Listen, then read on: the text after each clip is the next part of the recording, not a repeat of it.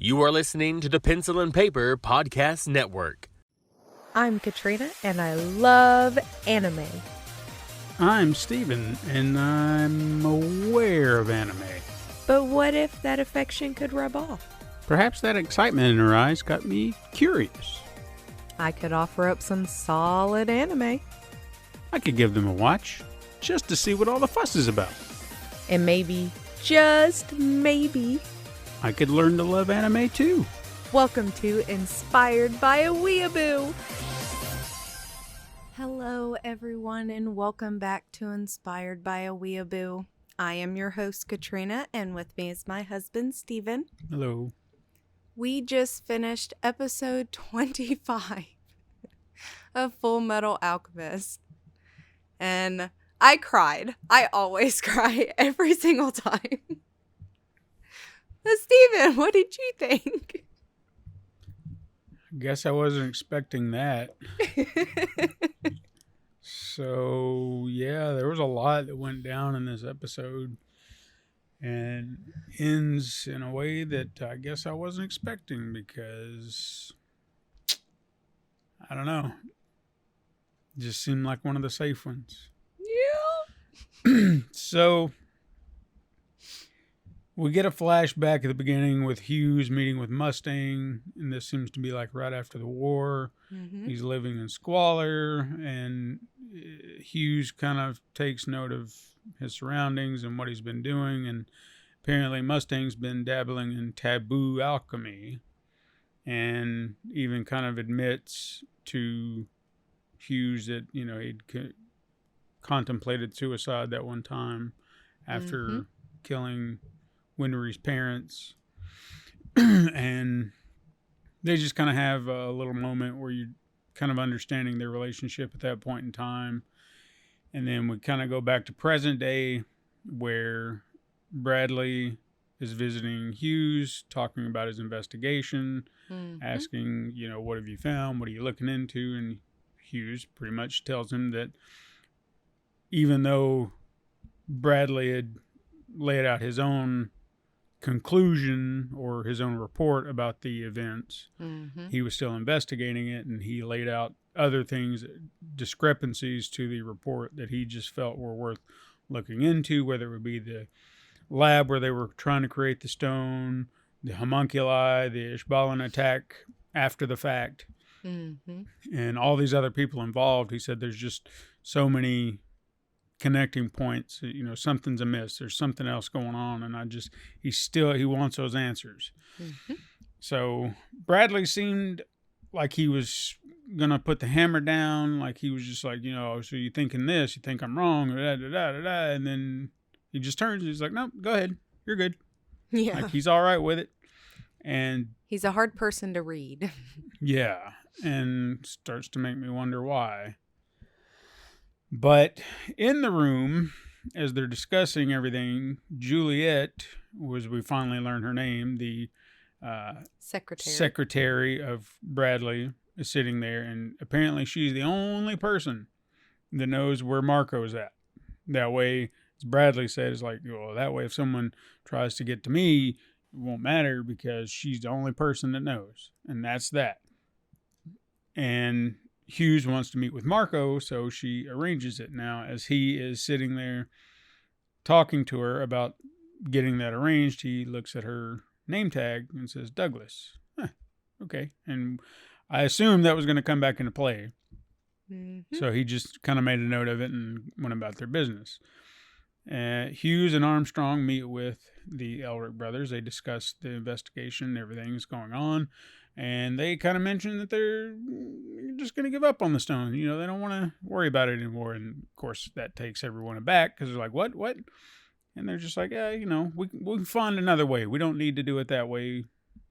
We're going to do it another way somehow, some way. And while they find that to be good, they also are still aware of all the other things going on. So they're kind of like, we're good with that, but there's still other things going on here, so we can't just let it go per se.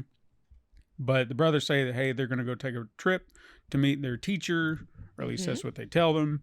And apparently along the way, there's a town that Winry wants to stop into, and she was all excited. Yes, because it's all like all the big auto mechanics, and like that's where you go to get auto mail. Like that's the big place. So there's so much stuff. Okay. So they say that if they're going to go to this town called Dublin, which is where their town or their teacher's supposed to be, and they can drop Winry off at Rush Valley, I think was the name of it, on the way. Mm-hmm. And they admit when they get on the train to Winry that no, they're not going to see their teacher. In fact, they were going to go stake out this Ishbalan camp where Scar was supposedly at, and Ed wants to... It doesn't sound like he wants to have a civil conversation with the man. He just wants to rough him up and see if he can get some more answers about the stone, because he still feels like he knows something and he wants to just beat it out of him because he's still holding a grudge based on everything he's seen Scar do. Yeah, I'd say it's mainly based on Nina. Yeah, and understandably so. Yeah. We get a flashback of Scar encountering an alchemist during the war, and someone trying to pretty much... He said he was there to annihilate everyone, and then he kind of snaps out of his dream, and Scar's master comes to visit, who we've never heard about. And while he's there, he asks about his, I guess, journey of vengeance, and rightly chastises him of it, which, you know, he's like, I get where you're coming from, but you shouldn't be doing it like this. You know, pretty much telling him vengeance is not going to do anything but consume you. Mm-hmm. So good on him for somebody finally getting through, or trying to get through. Hopefully someone smarter that he'll actually listen to. But as they're having this conversation, we get some biker gang shows up and starts harassing everyone in the camp. Mm-hmm. Bunch of dickholes. And then Scar just comes out and lays waste to a few, and that scares them off pretty good. You'd think they wouldn't know to mess with some of these people, but I guess they all think they're all weak since... Yeah.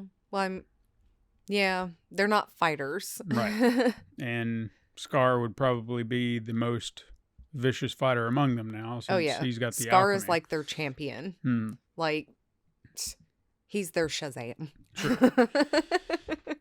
So after he beats the piss out of a bunch of these guys, kills a few, and his master sees the tattoo on his arm and lays out a pretty big revelation. So am I to understand that the arm is literally his brother's arm? Yes. Okay. Like he said, his brother gave him that cursed arm. See, all right. So there's a lot to that I've got questions about, but that there's alchemy involved, and of course there is. Something about it is I don't know. So yeah, I would say he knows a lot more about the Philosopher's Stone if that's his brother's arm. A lot. So anyway, that's where they leave us there. Mm-hmm. You know, because that's how we work in this show. We give you nuggets and then walk away from. Yep. So Hughes is back on the phone with Mustang, kind of blows him off again, and Mustang's starting to get tired of it. Like, he knows something's up, and he gets frustrated, and he's like, you know what, to hell with it. Let's go. We're going to Central right now. We're going to figure this shit out because I'm getting tired of being blown off. And meanwhile, Hughes is kind of investigating still, and he's questioning the motive of the homunculi because something about it just doesn't add up. Mm-hmm. And he starts to pinpoint all these little details as to why they would be orchestrating this, and why would they want some people out of the way? Well, they're not killing people. What are they doing this for? What are they doing? And he raised a lot of interesting questions that I thought that those are good points, very valid points. Yeah. So it just shows how awesome of a detective he is. Right? And he makes a note of the man who started the war. Well, the supposed woman, yes. Oh, yeah, the woman, the person who started the war. I guess I missed that it was a woman. Yeah. Because in that moment. Ah, gotcha. I heard him say the name Douglas, and I guess I just didn't hear him say the entire thing. No, he said her full name. Gotcha. So that's what I missed. Okay. So I heard him say Douglas, and then he gets a call from Juliet, and then connects the dots. Juliet Douglas. He's like, oh shit. So on That's the exactly what he says. Oh shit. Oh shit. And then fires his secretary, says, just get away as far away as you can. And he, on his way to meet with Marco, or supposedly meet with Marco, he questions Juliet about who she really is, because he's learned every little detail, traced that shit all the way back, and calls her out. He's like, who are you? What are you up to? And just about that time, Lust appears and kind of corners him. And luckily, Roz shows up and shoots Lust, and they get away. And we find out Juliet was referred to as Sloth. Yes, she is Sloth. She is Sloth. So Hughes rushes to a phone to call Mustang, trying to get him out here. Realizes that he's gone, or they tell him that he's gone, and he starts to panic a little bit, thinking, oh shit, now shit's hit the fan. I need my buddy. Yeah. And he's not here, but obviously he doesn't know that he's on his way to them already. Well, I would say it was more needing to tell him everything that could happen or tip him off to what is happening. Because he realized that there was an imposter. Because as they went to leave, after he got off the phone, he was hip to Roz not being Roz. Yep. Because Roz didn't have a mole under her eye. And that is a very perceptive man to have picked up on such a minor little thing like that. Yep. But if you see it all the time, I would imagine, you could have that kind of reaction where you're just like, wait a minute, something's off. I mean, you didn't see her and think something was off? Something seemed off, but I wasn't 100% sure. Yeah. Because she came out of nowhere, and I was a little like, well, where did she come from? Because I didn't realize there was anybody else with him. Because I thought he went alone. Yeah, did. So once he calls the homunculi out, he cuts her throat, only to have her just come right back up and be like, you're an idiot, and shoots him dead in the guise of his wife. Yeah. Which was really cold to do. Yeah. And then we get a flashback back to Hughes and Mustang. Just kind of reminiscing about their goals, like Hughes was saying, hey man, you're gonna be somebody, you're gonna be great, and I'm gonna be right there to help you get all the way to the top, right where you want to be. That's what this is all about. This is our journey together as buds. And then we see Mustang on the train on his way, only to cut directly to Hughes's funeral. Yeah. Because you kind of hope at that point that maybe he was going to make it. But no, they don't even waste time making you think maybe he'll make it.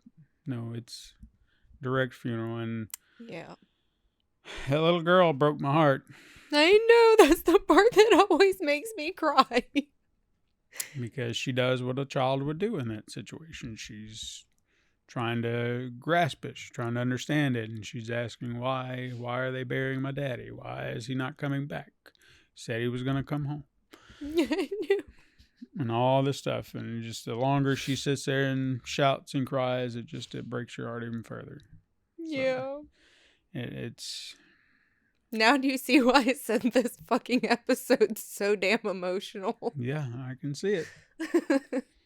And once the funeral's over, Mustang stands over his friend's grave and kind of airs his frustrations, wondering why he didn't say anything. Mm-hmm. Why weren't you being upfront and honest? Why were you hiding things? Why did you do this? And I don't know who the other, was it the other lady that was Hawkeye? Okay, because we hadn't seen her in a bit. And she pretty much tells him that it was because he wanted to unburden him.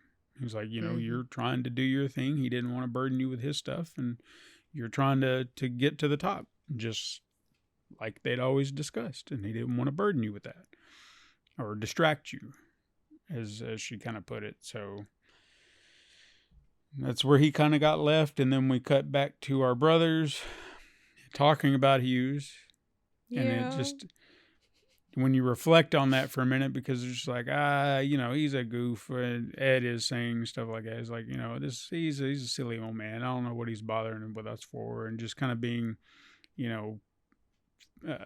fickle about it all, just how they're talking about him, like he doesn't care, but he cares. But it's just the attitude. We're just like, he's a lame old man. Yeah. Silly old person. And then he kind of has a vision, but he doesn't quite know what to make of it. But again, thinking about in that moment, them talking about him as if, they don't know. And no, they don't. That's the part that you have to kind of put into perspective when you think about it. They don't know. They're on their way. They left, and yeah, I think they're going to come back and everything's still going to be like it is. Mm-hmm. And I can only imagine that when they get back, how rough that's going to be. Yeah. Because despite what they may have said, or at least Ed said, because Al's Al. He likes everybody. He's good. Yeah. he's not going to speak bad of anybody, but Ed, I know he cared about him despite anything that he may have said or whatever, but he's always been there for him. He's always been a friendly face, someone they could turn to, and he's a lot closer, or was a lot closer to Hughes than he ever was Mustang or any of the rest of them. Mm-hmm. So he's going to be pissed. I have no doubt, especially when he finds out who's responsible. Yeah. So, this was it almost got to me, because he was a character I could relate, or we have known for some time. Yes.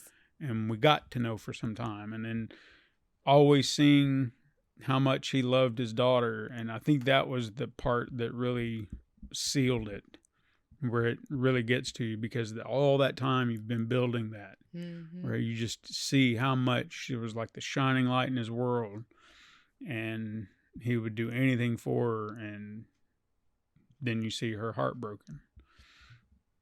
Yeah. And it's rough, because no child should have to deal with that. That's all he's ever been trying to do, is protect everybody else, and it just caught up to him, because I don't really want to say that he underestimated anybody. I think he got in over his head. Like there was maybe a moment where he possibly did need to reach out a little sooner, and he was just trying to do his best to keep everybody clear of it.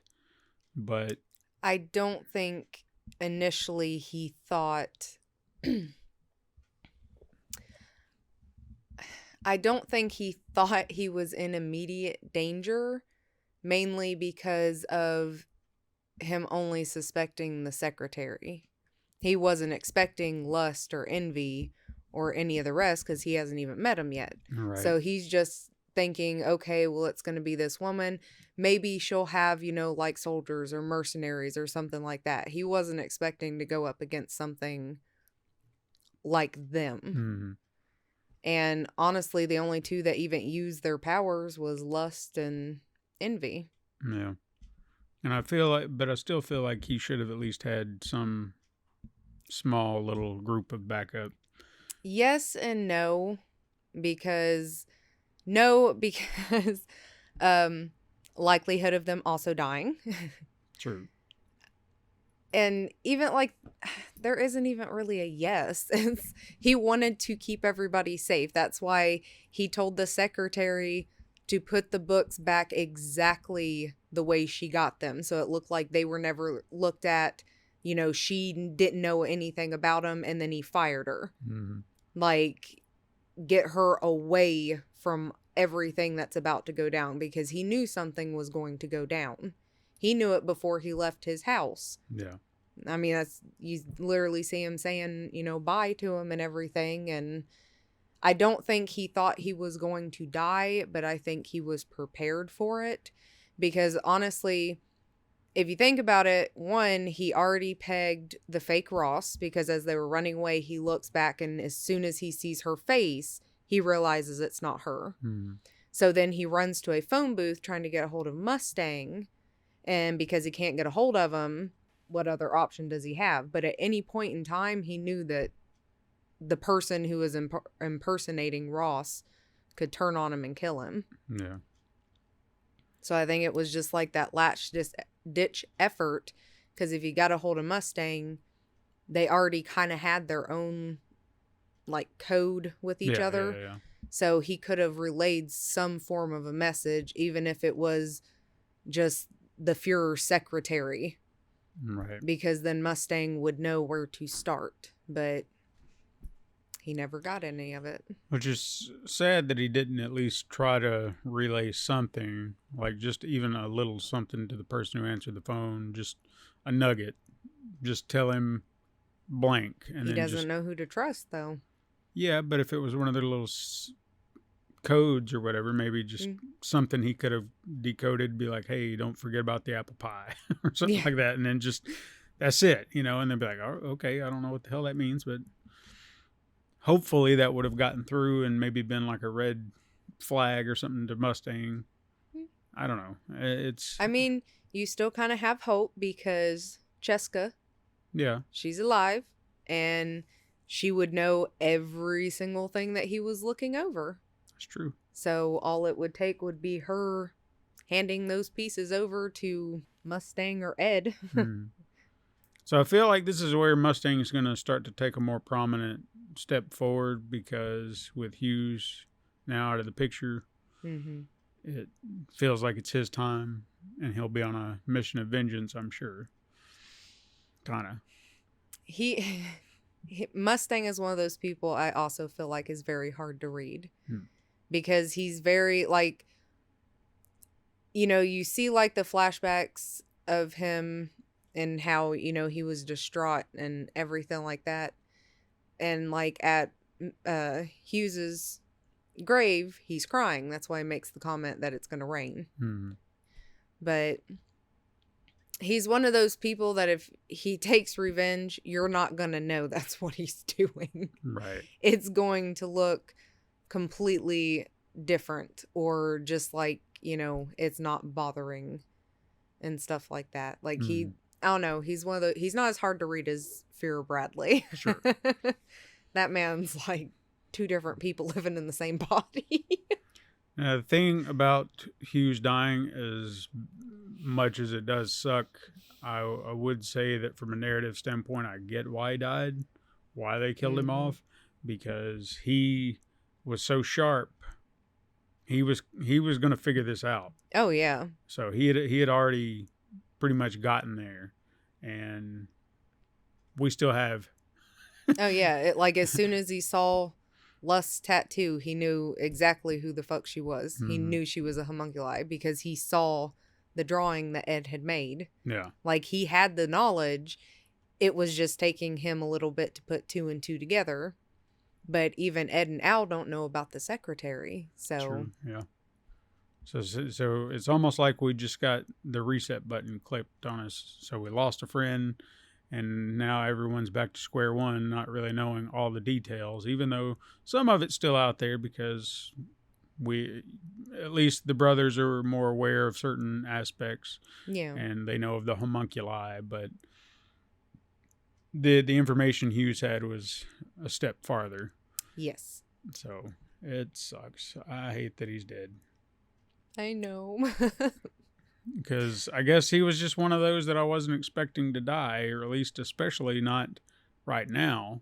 Yeah. Because there's still half of the damn show to go. Well, because you have like all these other characters, like no offense to Mustang's little team, but you have all these other characters who are so like B-rated compared to Hughes. Mm-hmm.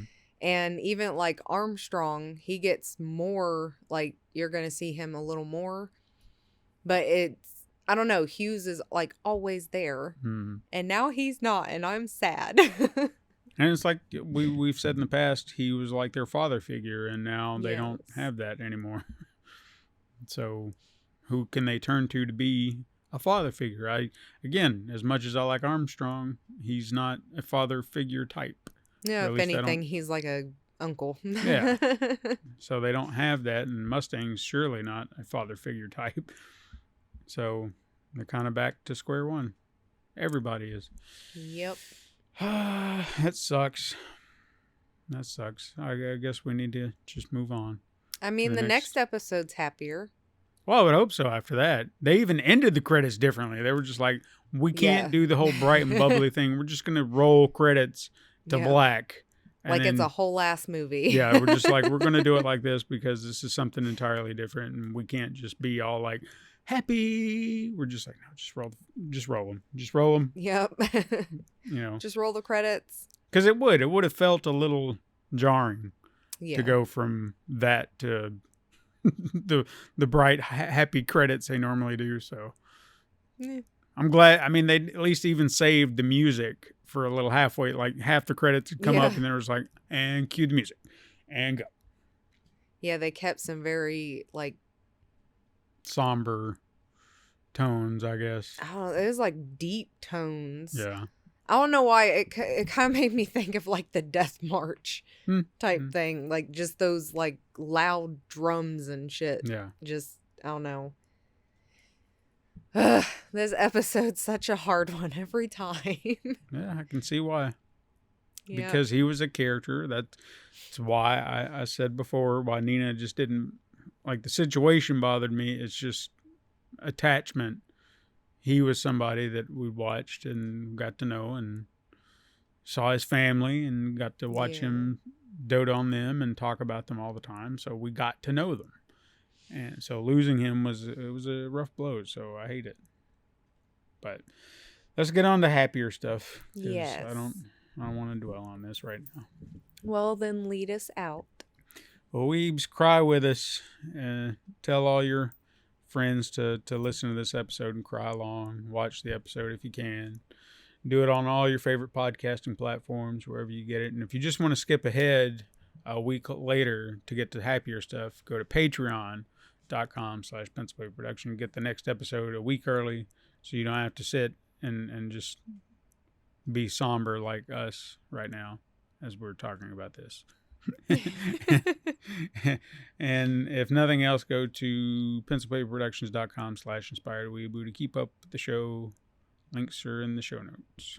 All right, my little weebs, wipe those tears and we will see you next time.